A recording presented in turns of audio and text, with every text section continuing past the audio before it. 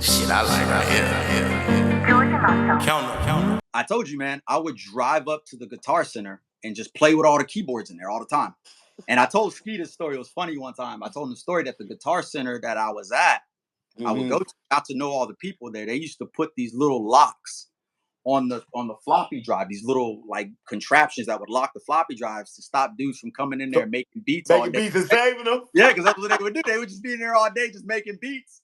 Bro, I never thought about that. Because you know their slogan is come in, what is it? Come in and play or come in and let's play type shit. So So they were all about playing. They just didn't want you saving the tracks and trying to take it somewhere else and do your thing. So they put it on, but I was cool with the main guy that ran Pro Audio. Yeah. So, yep, man. And so you know, I didn't, like I said, I didn't have YouTube. So what I used to have to do was, bro, I literally had to buy VHS tapes. I had to buy VHS tapes to learn how to sample, to learn how to sequence. You got to keep in mind, man, this is 98, 99. There was no other medium for me to get. Sample Kings was big at the time.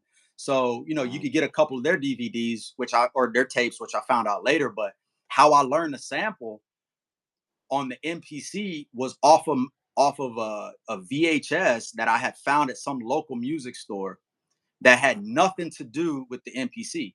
It was how to sample. He had like some old keyboard. I forget what it was. It was some old keyboard from the early 90s.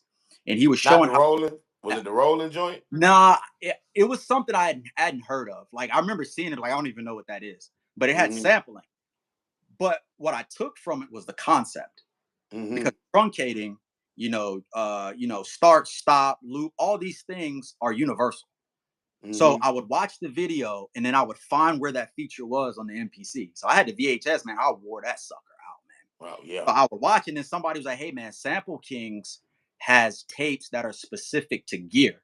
But where I was at the time, there was no way to get that.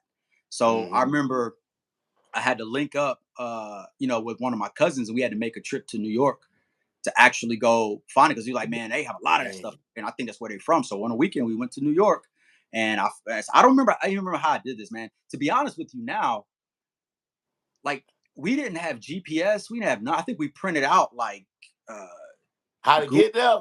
Google Maps. We printed out like a map or something, how to get there, like street by street, turn by turn. I remember we had a big old. Was it MapQuest? What was MapQuest? MapQuest. Yeah, I think that's what it might have been, MapQuest. Something like I'm showing my age now. Yeah, it might have been something along those lines where you punch in a Hey, yes, Ron, somebody just said MapQuest. Yeah, it might have been that. Yeah, I think that's what it was. But remember, we used to have actual maps in the glove box. And so we plotted out everything, figured out where we were gonna go. How we got around back in day, bro, I don't know.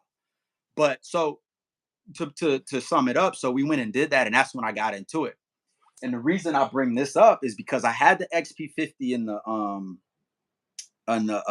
MPC, and I was making all my beats, but I didn't have a way to get them to transport. Because keep in mind, this is like 99. Computers were not equipped to handle this. And if they were, like, the money you had to pay to get in it was crazy. And so what I used to do is I used to record my beats to tape. So I had all my stuff going through a little mixer, and I would just 2-track it out to tape. Because I had my truck in high school, man. I had a cassette deck in there. I had a CD player, but I couldn't burn the CD yet. Because, you know, CDs were still expensive. So tape was the most economical way.